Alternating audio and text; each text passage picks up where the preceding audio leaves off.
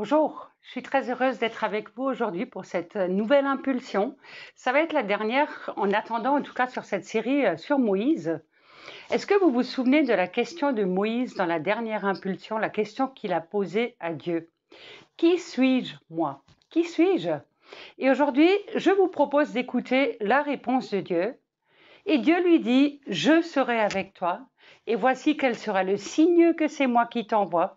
Quand tu auras fait sortir d'Égypte mon peuple, vous servirez Dieu sur cette montagne. Et ensuite, on va avoir tout un dialogue assez long entre Moïse et Dieu. Tout d'abord, on voit que Moïse va essayer de négocier avec Dieu. Supposons que j'y aille. Supposons. Ce n'est qu'une supposition. Supposons que j'y aille, dit Moïse, et que je leur dise, le Dieu de vos pères m'a envoyé vers vous. Ils me demanderont ton nom.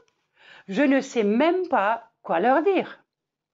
Et Dieu, dans sa bonté, sa patience, prend le temps pour répondre à Moïse et pour lui expliquer qui il est. Je suis Yahvé, je suis, c'est mon nom. Yahvé m'a envoyé vers vous, c'est ça que tu leur diras. Yahvé signifie en hébreu je suis, je serai, j'étais. En fait, je suis là et j'ai toujours été là, c'est moi. En fait, c'est comme si Dieu est un éternel présent parce que c'est ce qu'il est dans la réalité.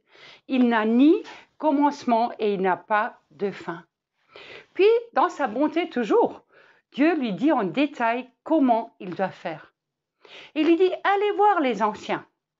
Vous irez leur expliquer, vous irez leur raconter mon projet, vous irez leur dire que j'ai vu, que j'ai entendu. Et Dieu lui dit même, et ils te croiront ce que tu leur diras, et ils t'écouteront quand tu leur en parleras.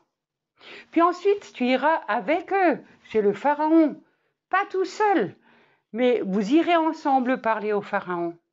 Et Dieu les prévient aussi, mais le Pharaon, par contre, lui, ne vous écoutera pas. Mais j'interviendrai avec des miracles puissants, plus puissants les uns que les autres. Et le Pharaon finira par vous laisser partir.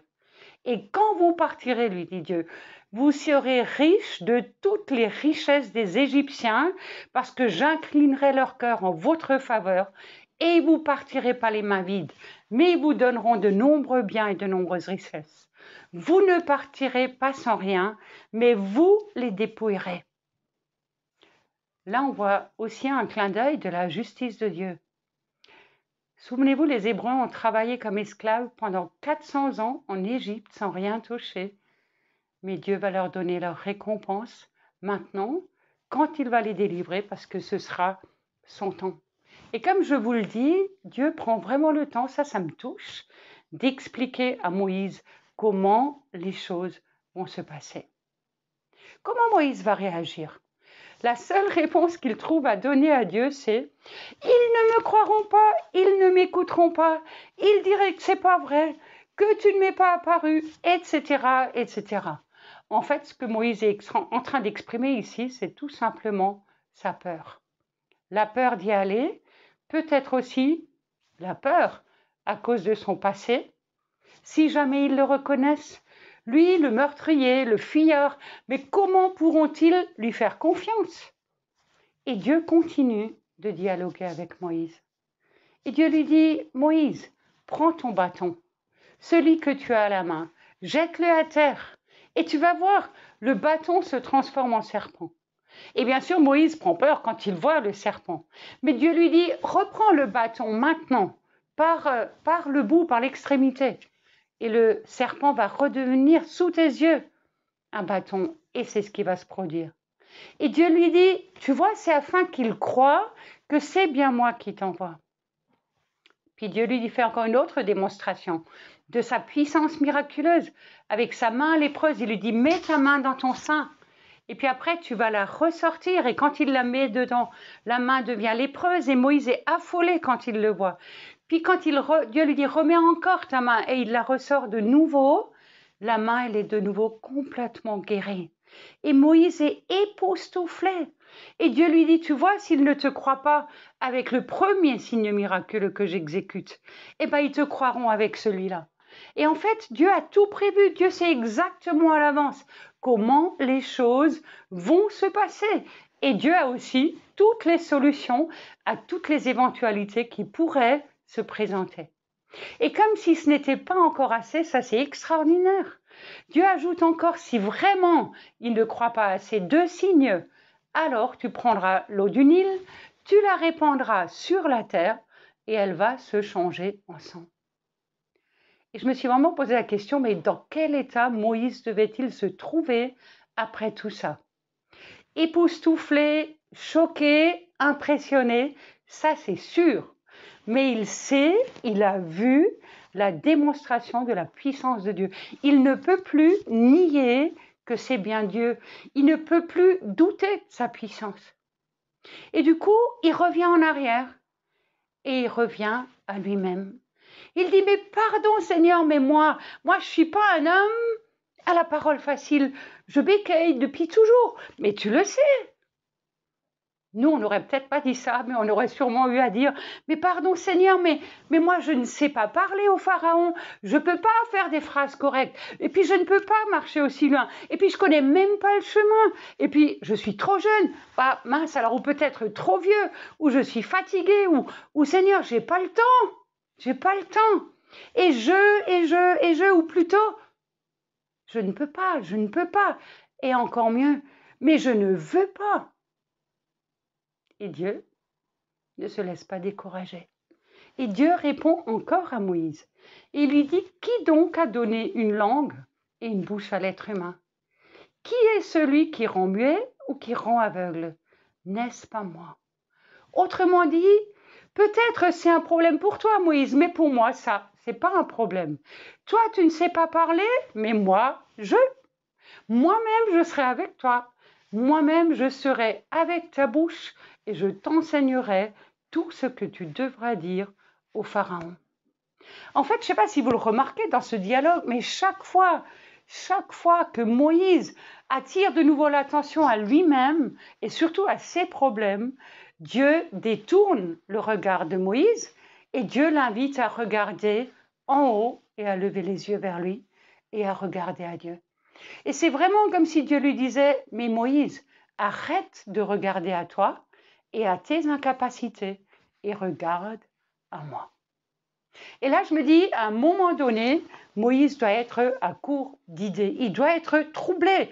Il est de plus en plus effaré. Il se sent acculé parce qu'il n'a plus d'excuses. Et il continue à dialoguer avec Dieu, à marchander, on peut presque dire. Et il prend encore la parole et il dit, pardon Seigneur, pardon, mais je t'en prie, envoie quelqu'un d'autre, qui tu voudras, mais pas moi. Autrement dit, Seigneur, ton projet, il est super, il n'y a pas de problème. Mais le cœur du problème, Seigneur, c'est que moi, je ne veux pas. C'est ça que ça veut dire. C'est que moi, je ne veux pas. Et qu'est-ce qui va se passer? Mes amis, là, le ton va changer. La Bible nous dit que Dieu se met en colère. Dieu est bon, Dieu est patient, Dieu est amour, mais Dieu peut aussi se mettre en colère. Dieu n'est pas colère, c'est pas sa nature. La nature de Dieu, c'est amour et bonté. Mais Dieu peut se mettre en colère parce que sa patience a des limites. Tout comme la nôtre en tant que parent a des limites. Par exemple, la patience de Dieu n'est pas infinie et éternelle. Et je crois vraiment qu'il vaut mieux ne pas tomber sous sa colère. Sa colère se manifeste, je crois, quand nous nous comportons comme des enfants ingrats. Quand nous voulons justifier l'injustifiable.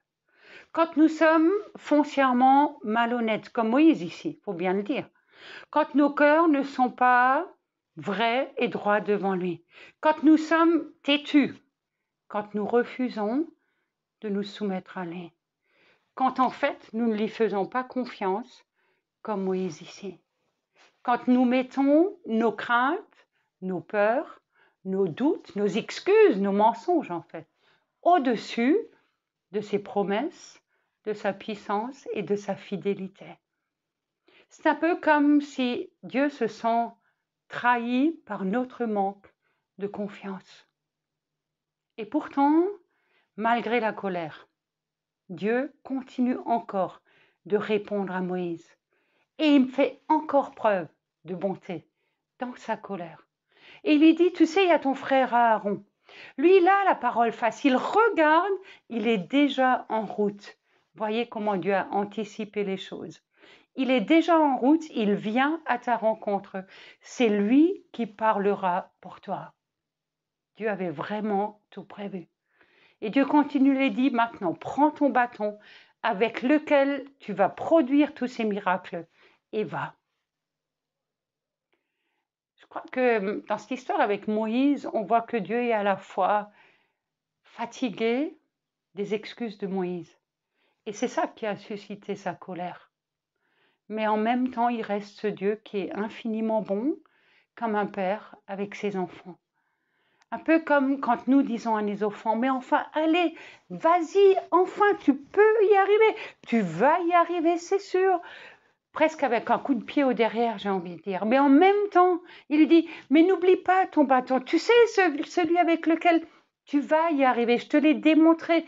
Puis n'oublie pas, j'irai avec toi. Tu ne seras pas seul. Je serai toujours avec toi. Les amis, la clé que j'aimerais vous laisser aujourd'hui de cette histoire de Moïse, j'aimerais vous inviter à vous souvenir de quelque chose. Chaque fois que tu ne te sens pas capable de faire quelque chose que Dieu te demande de faire, détourne ton regard de toi-même. Car c'est vrai, par toi-même, tu n'es pas capable de le faire. Mais détourne ton regard de toi-même et lève tes yeux vers le Seigneur. Parce qu'il est vrai que Moïse ne pouvait pas délivrer les Israélites par lui-même, mais avec Dieu, oui. Moïse ne pouvait pas parler, mais avec Dieu, oui, et avec Aaron.